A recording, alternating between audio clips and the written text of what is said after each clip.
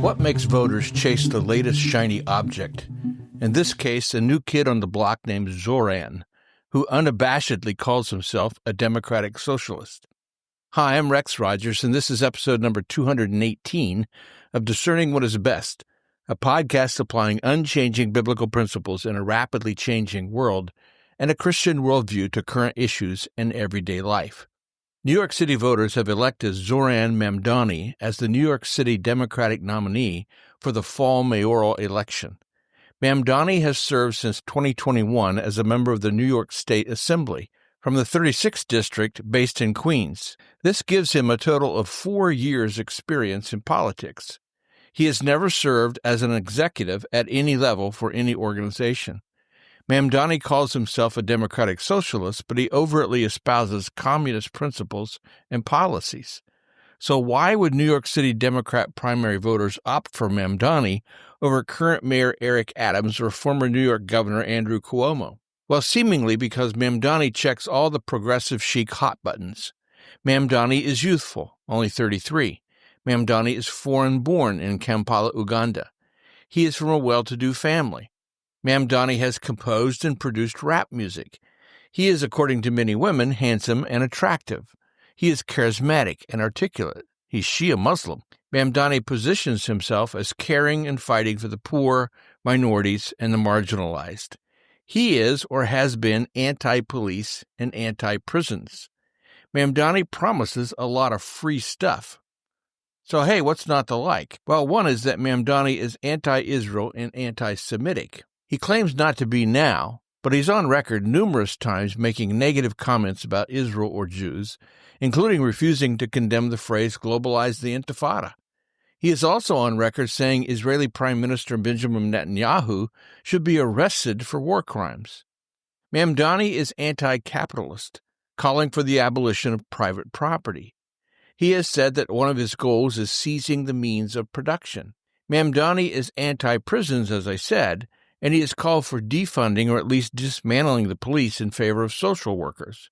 In a tweet on X, Mamdani said, "We don't need an investigation to know that the NYPD is racist, anti-queer, and a major threat to public safety. What we need is to defund the NYPD." Now, Mamdani argues for protecting gender-affirming care, is pro-LGBTQ, is pro-sanctuary city, and has said ICE will be resisted. And, of course, he is all in on climate change.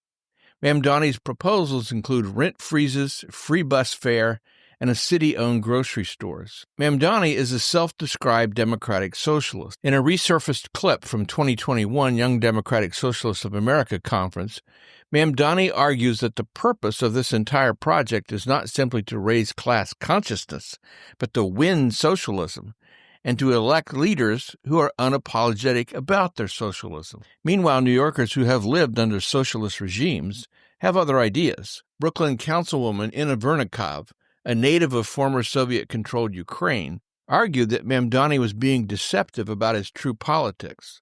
She says this is exactly why Zohran's whole song and dance about democratic socialism somehow being different from communism is pure deception. Vernikov argued when asked about the resurfaced clip, "Those of us who grew up under communism know this all too well. Our home countries were destroyed by ideas that came dressed in pleasant, persuasive packages. New Yorkers," she said, "need to wake up before it's too late." Mamdani denies he is a communist and defends the term democratic socialist, saying Senator Bernie Sanders used the term, and that's what first attracted his attention. The term democratic socialist originated in the mid to late 19th century, emerging out of the broader European socialist movement.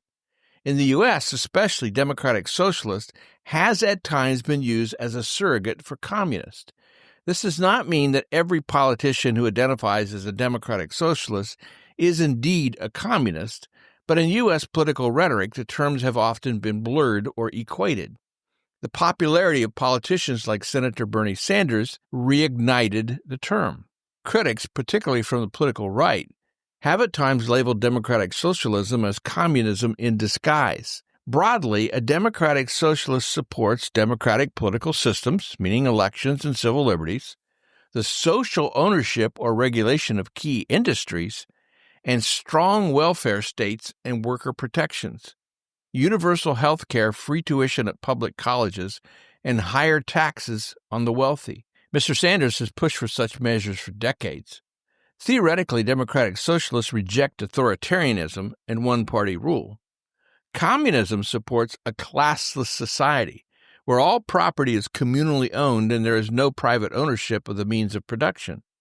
Redistributed wealth, abolish class divisions entirely, creating a society where there's no private property, no money, and no social hierarchy. Highly centralized, authoritarian, one-party rule governments that control the economy and the distribution of goods. And finally, atheism, believing the state creates the new man and woman and a utopia in the future. Now, most European countries do not practice full socialism, but have democratic socialist roots, especially in welfare, while maintaining market economies, and have done so for the past 100 years.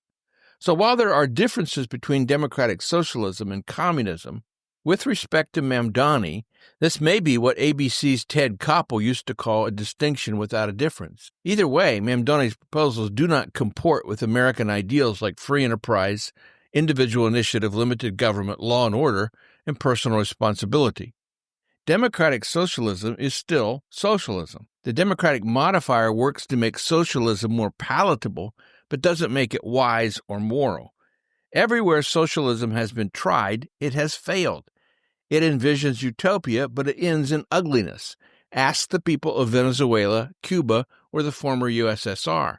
Socialism removes individual responsibility and incentive, which defies human nature and common sense.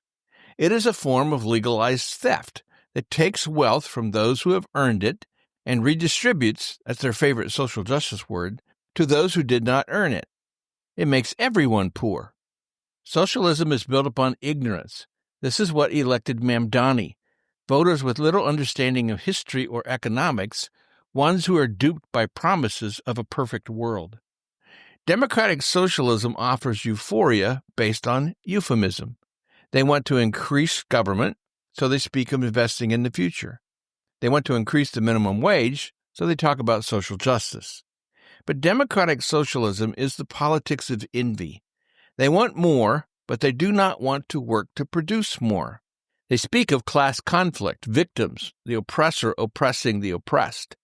And they argue it is morally justifiable to take from the rich and give to the poor. All this in the name of equality. Socialism always leads to collapse because it's built upon a faulty understanding of human nature.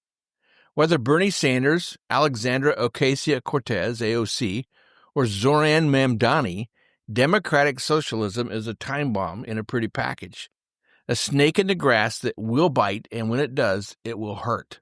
Let's pray the mayoralty voters of New York City have the common sense to choose character and principle over charisma and promises. Well, we'll see you again soon.